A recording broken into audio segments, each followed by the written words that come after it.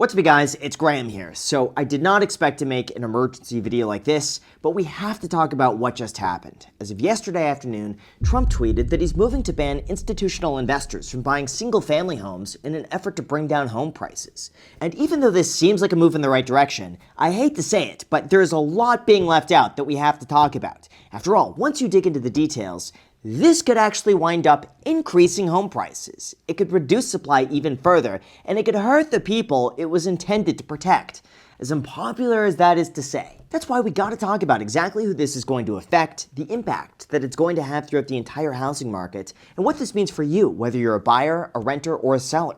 Because like it or not, this is going to directly apply to almost everybody watching in ways that most people don't even realize. Although before we start, if you appreciate the breaking news videos like this, it would mean the world to me if you banned the like button and subscribed if you haven't done that already. It seriously helps out the entire channel tremendously. It's totally free, and as a thank you for doing that, as promised, here's a picture of a giraffe. So thanks so much, and also big thank you to Gemini for sponsoring this video, but more on that later. Alright, so in terms of what was just said, here's exactly what Trump tweeted word for word. For a very long time, buying and owning a home was considered the pinnacle of the American dream. It was the reward for working hard and doing the right thing. But now, because of record high inflation caused by Joe Biden and the Democrats in Congress, that American dream is increasingly out of reach for far too many people, especially younger Americans. It's for that reason, and much more, that I am immediately taking steps to ban large institutional investors from buying more single-family homes, and I will be calling on Congress to codify it. People live in homes, not corporations. I will discuss the topic, including further housing and affordability proposals and more, at my speech in Davos in 2 weeks. Now, before we go into the realistic implications this is about to have on the entire housing market, it's important to clarify that institutional investors are not your typical mom-and-pop landlord who saved up for a few years to buy a triplex, or someone who put a property in an LLC for privacy reasons. Instead, institutional investors generally refer to large private equity funds that pool investor money together, buy up housing in bulk, hire a management company, and then send out distribution checks every month or every quarter. Of course, in terms of how many homes it takes to be considered an institutional investor, really depends on who you ask. Some say it takes more than 100 homes, others say it takes more than 1,000 homes. But regardless, if these institutions were banned from buying single-family houses, the big question becomes, how much would housing prices go down, and how will it work? Well, even though Trump is soon going to be giving out exact clarification, believe it or not, initiatives like this have been tried consistently in the past and have failed. For example, the End Hedge Fund Control of American Homes Act was introduced in 2023 that would have forced large corporate landlords to divest their single-family holdings over 10 years and prohibit further acquisitions. This effectively would have applied to any pooled investment fund that owned more than 50 properties, and if they didn't comply, they would face very heavy fines and taxes until eventually they did. In fact, the fines were said to be as high as $50,000 a home. But it never passed. In addition to that, we had another initiative that also failed, known as the Stop Wall Street Landlords Act of 2022. With this, instead of just outright banning home ownership, this aimed to deny certain tax benefits and federally backed loans to large investors with over $100 million in housing assets. A similar initiative was also tried and failed in Minnesota that would ban corporations from turning single-family homes into rentals. But in each of those cases, not a single one gained enough popularity to pass. Why? Well, it turns out there's a few reasons. First, Congress could face severe legal challenges trying to ban an entire investor class from owning properties. Sure, they could argue that they're preventing housing market distortions and trying to improve affordability, but it's not without a legal fight. Second, even if they did ban institutional investors from buying single-family homes, it would need to be strict enough to prevent the circumvention of a company just creating shell organizations, putting the properties under those LLCs, and buying just enough not to trigger the limit. Of course, Congress could pass the Corporate Transparency Act so that the same beneficial owners are pulled together as one, but again, it takes a lot of time, money, and resources to trace the ownership of what's probably going to be dozens of anonymous LLCs, and then enforcing it on top of all of that is going to be nearly impossible. And third, as unpopular as this is to say, measures like this have actually been tried in the past and have completely backfired. Like, take a look at what they did to housing prices. As of today, institutional bans on rental properties have been implemented in several areas, with the first being Atlanta, Georgia. In 2022, they passed a bill that limited build-to-rent communities, where a corporation buys up a plot of land, builds dozens or hundreds of single-family homes, and then sells them to a large corporation who proceeds to rent them out. But since then, home prices in Atlanta have still gone up and rents have remained unchanged. Canada also tried following a similar method, banning foreign investors and corporations from buying up single-family homes. In the end, this did nothing to improve home affordability because foreign buyers only made up 2 to 6% of the entire market. And critics were saying this was just a virtue signal with virtually no impact on affordability. In fact, it wound up stalling development so much that Canada has considered reversing it entirely. In the Netherlands, this was also tried, but it was found to restrict supply, spike prices, and believe it or not, new homeowners tended to be richer than the renters that they were replacing. The same also applies to Denmark and New Zealand, who tried to limit homeownership. In both of those cases, it made no difference to home prices. And by 2023, the government tried to re-attract foreign capital. Look, I know a lot of people don't like when I say this, but objectively, these policies are purely just a popular political talking point rather than an effective way of lowering home prices. So in terms of what's actually going on, why home prices are so high, and what could really be done about it, here's what you came for. Although before we go into that, it's important to remember that outside of policies, home prices, and politics, your personal finances do not need to be affected the same way.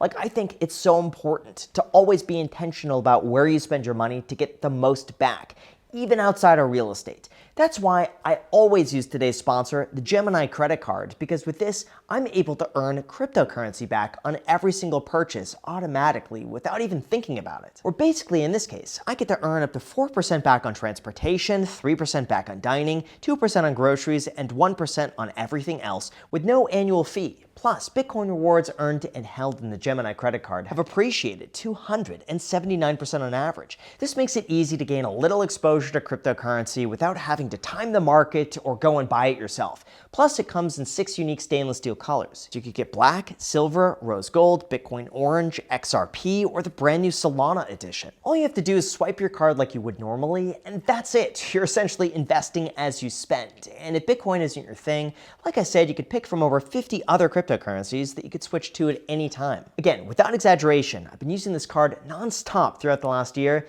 and I've racked up quite a bit in rewards. Feel free to check out the description, by the way, for more information on rates and fees, and see if you're eligible with no impact to your credit score. So if you'd like to instantly earn Bitcoin or select from dozens of other options, feel free to use the link down below in the description to sign up, or go to gemini.com/Graham to get started.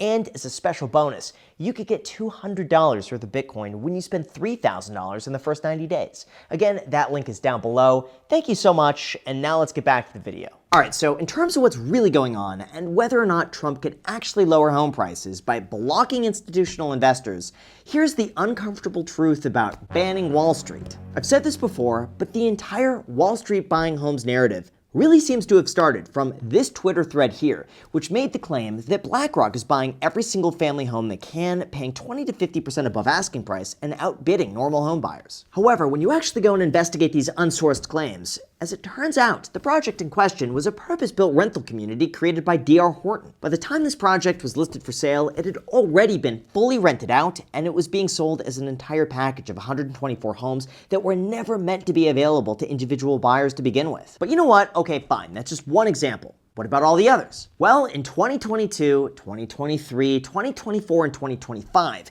there was the headline that investors buy nearly 1 in 4 homes, most in all cash deals. Again, by the sound of it, this seems like an absurd number that's absolutely to blame for high housing prices.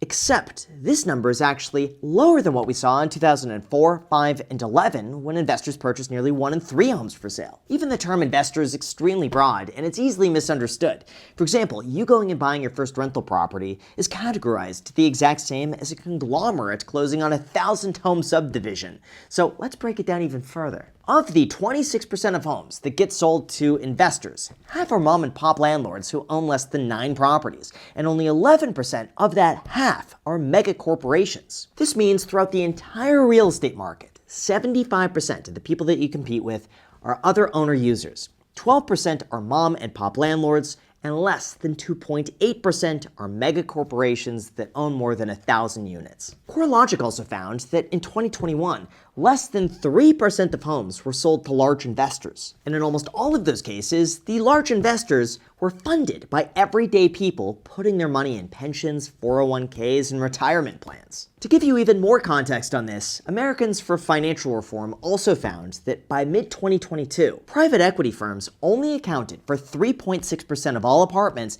and 1.6% of all rental homes. That's it, and rental home companies own even less than that at just 0.5% of all housing. This means the impact that Wall Street has on buying properties is pretty much a rounding error. It is negligible. It makes almost no difference whatsoever to the average person. That's why I think Wall Street buying homes, this entire narrative, is purely a scapegoat to a much bigger issue that takes your eyes off of what's really going on, and that is what I like to call the perfect storm of BS. Again, I'm going to repeat myself here, but the real reason housing prices are so unaffordable is due to a combination of artificially low interest rates leading to locked-in sellers who don't want to move, restrictive zoning that makes it impossible to add more housing onto the market, overregulation to the point where no one wants to build unless they could be guaranteed they're going to make a profit, sky-high consumer debt that keeps people bogged down, the government artificially backstopping mortgages while they incentivize lending, and a surplus of demand from everyday home buyers who are conditioned to believe that buying a house is the American dream. That's it. If you want anyone to blame for these issues, it's probably your local city council, state legislatures, a little bit of the federal government, and whoever's in charge of the permitting process. I can't believe I'm defending them, but private equity owns just 1.6% of all single-family rental homes. The other 98.4% is owned by everyday people just trying to make a living. That's why Wall Street has such an insignificant effect on the entire market that really doing just about anything else will have a bigger effect than banning them. Look, the reality is, if this were to pass, I'll tell you exactly what's going to happen. Rental prices are going to go up because there's less rental inventory. Home prices might also begin to go up because there's less incentive to build houses in bulk. And nothing is going to be done to improve home affordability, even though on paper it's getting a lot of praise. Like, it's funny, I read through every single reply on Twitter. People loved this plan, and almost no one was against it. The few people that were got completely ratioed. But the math is unchanged. This does nothing to improve home affordability, even though that's not popular to say. And I'm not gonna lie to you just because that's what people wanna hear. Like, imagine what would happen if they just came out and admitted that low interest rates boosted home prices to a point that became unaffordable for people who didn't already have a down payment. Low mortgage rates locked in people who now cannot afford to move. And because we're not incentivizing more building, there's just not a lot of inventory to go around, and that's why home prices are elevated. If they did that, and they just said the truth, no one would care. That's why, in terms of what we could actually do about this to really make a difference and improve home affordability, here is my take. First, we gotta streamline permits, improve zoning, and reduce the red tape. There should never be any confusion from one inspector to another. There doesn't need to be dozens of departments where none of them communicate with one another. And if they just made the permitting process easier, more people would want to build. Second, we also have to reduce these excessive fees. It shouldn't have to cost $1,000 to reinstall a toilet with a permit. Like, these things exist, they take forever, and sometimes you make one mistake on the permit application and they deny it and they send you back to the very end of the line where you have to start the process over again and wait another few months. This just results in a lot of people doing work without permits, and that's not good for anybody. 3, we should really increase the capital gains exclusion to $1 million for married couples filing jointly, and then increase it every single year to CPI. This would incentivize more sellers to finally let go of their home, and this would be the inflation-adjusted amount anyway from the $500,000 amount that was enacted back in the late 1990s. 4, we should really allow mortgage porting. This way, you could take your existing mortgage with you to the next home as long as you're trading up, and that would unlock a lot of lower-priced inventory. 5, we should really allow people to write off the first $1.5 million of their mortgage interest, up from the current $750,000. Again, this would prompt a lot of people to want to move up, unlocking a lot of lower-priced inventory in the starter home range. 6, I also think modular housing needs to make a comeback. I just think we have to come to the realization that land is going to be expensive in the areas most people want to live, and modular housing without parking requirements solves a lot of problems. Like, just take a look at Austin, Texas. They got rid of the parking requirements, and now their housing has fallen by 20% because they have so much available. And finally, 7, we have to give more tax incentives to builders. Look, the city will never and cannot build their own houses, so give builders a tax abatement if they bring in jobs, resources, and housing to areas that desperately need it. All of this will make a massive difference in the entire housing market to unlock lower priced inventory and encourage people to trade up. So for anyone who's watching this who actually has the power to make this happen, please take these into consideration. And if you're watching this, you want to comment and let me know your thoughts, please do down below in the comment section. I will do my best to read and reply to as many of you as I can as soon as you hit the like button and subscribe. If you haven't done that already, thank you again for watching, and until next time.